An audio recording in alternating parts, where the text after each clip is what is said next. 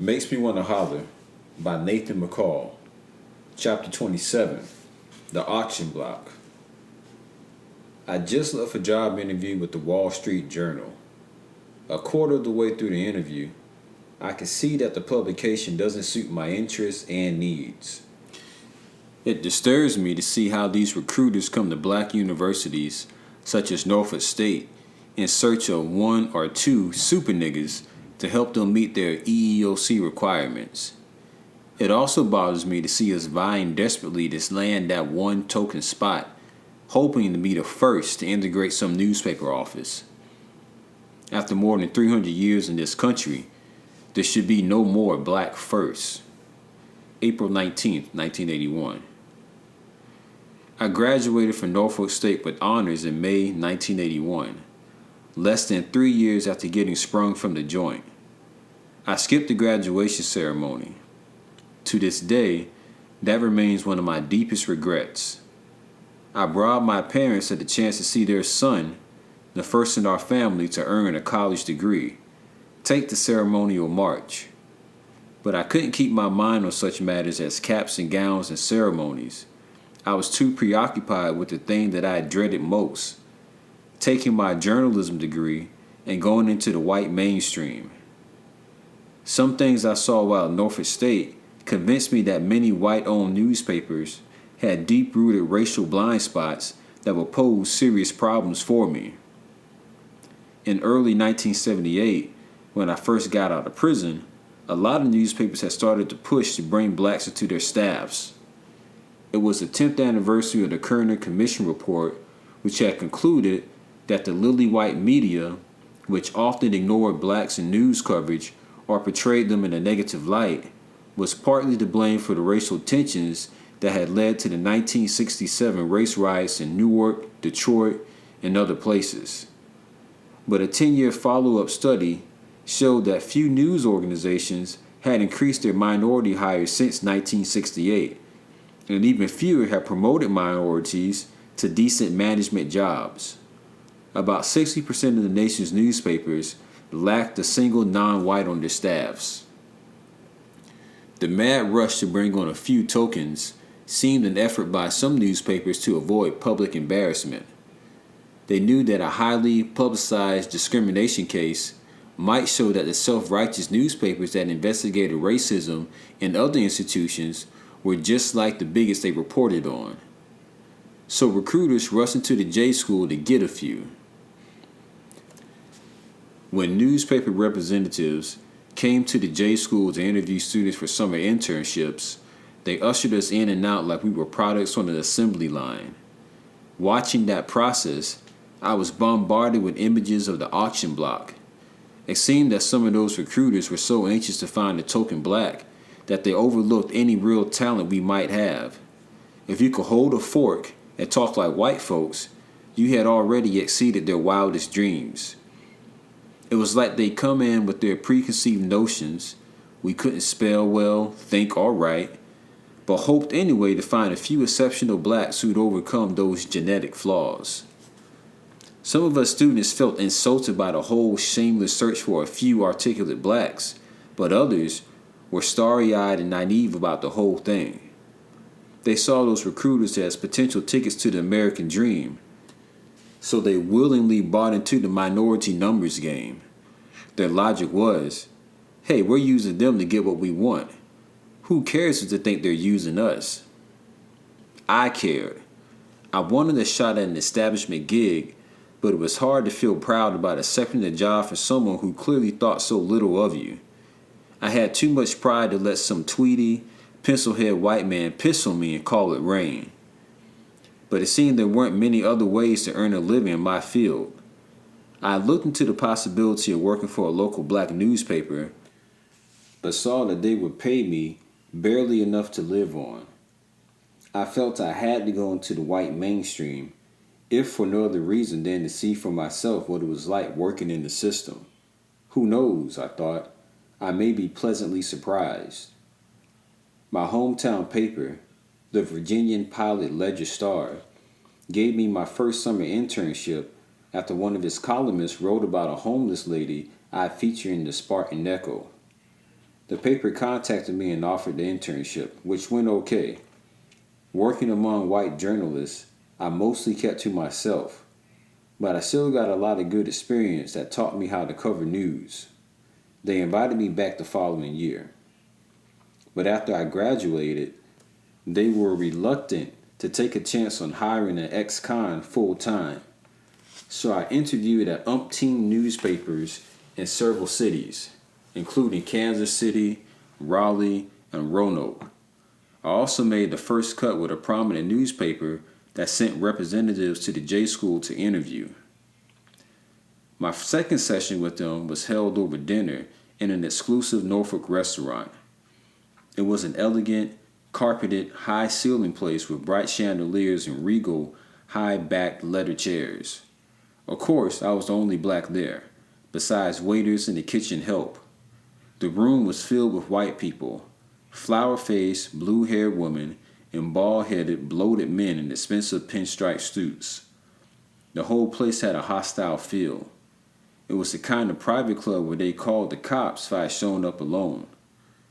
Dressed in my one and only blue suit, I sat upright, fumbling every now and then, trying to find a resting place for my sweating hands. Sitting there across from my host, I reminded myself, remember the rules. Blend as much as your pride will allow. Speak in a crisp, clear, Queen's English, hardening the D's, the T's, and the INGs.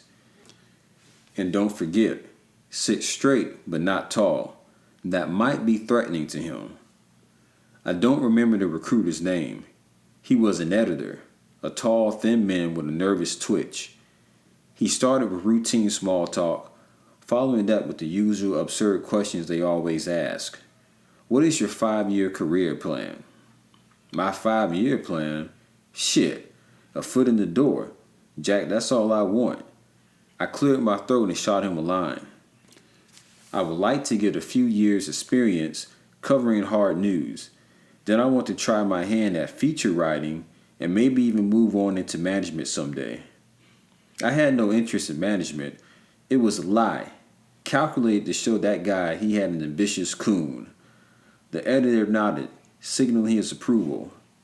I crossed my legs, then uncrossed them, trying to relax. I would have sworn everybody in the room was staring at me, but they averted their eyes when I looked at them. I scanned the room and wondered, why am I putting myself through this? The waiter brought us menus. I saw nothing that even remotely resembled a meal that I'd eaten before. No chicken or turkey, not even roast beef. I panicked. Then something familiar caught my eye.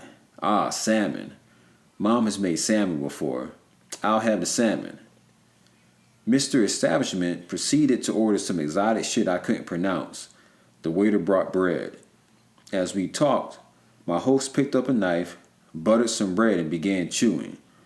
He stopped several times to pluck crumbs dropped on the white tablecloth. He picked up the crumbs and began putting them into his mouth. I thought, here I am uptight about my manners, and this motherfucker is eating off the table. Minutes later, the waiter brought something that looked like spruced up seaweed, a salad, I guess, set in the center of an elegant plate. I noticed we each had several fancy forks and spoons. I couldn't recall which was used for what. I waited to see which one the editor would pick up first. He picked up the short fork, then continued with questions. So, you like writing feature stories? I picked up my short fork too. Yes, I've written features throughout college and found that to be my strong suit. I like writing about people's lives and experiences. The editor, who had a grayish complexion that made him look like he spent his whole life indoors, hung on my every word, trying, I suspected, to check out how well I spoke. So tell me more about yourself and your family. Did you grow up poor? Yeah, I was born down by the river in a little shack, just like every other darky you've read about. I cleared my throat. Actually, I grew up in the next city, Portsmouth, and come from a working class family. My stepfather is a security guard. We talked for more than 2 hours, serving bullshit back and forth like hard volleys on the tennis court. As time wore on, I felt worse.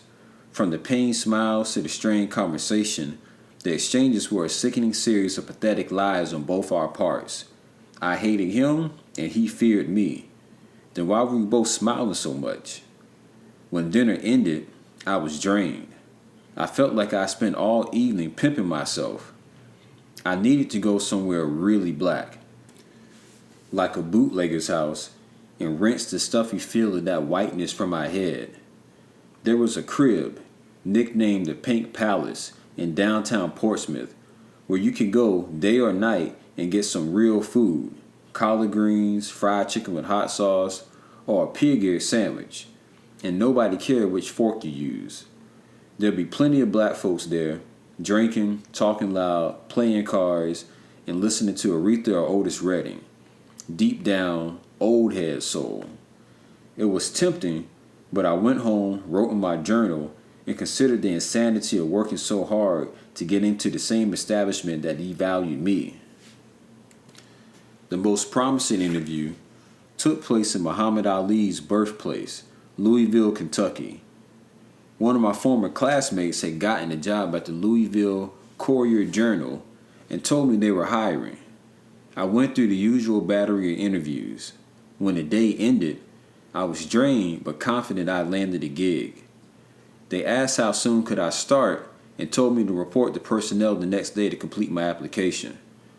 The following day, when filling out the application, I ran across a question that always haunted me. Have you ever been convicted of a felony? If the answer is yes, please explain. That queasy feeling returned to my stomach. I hadn't told them about my rap sheet, and I had another full year left on probation. What should I do? If I don't tell, I've got this gig in the bag. I left the question blank. When the personnel director picked up the application, I stopped her and whispered, "Excuse me, may I speak with you a moment?" A middle-aged woman with an easy smile, the director said, "Sure, what do you need?" "I need to explain something to you."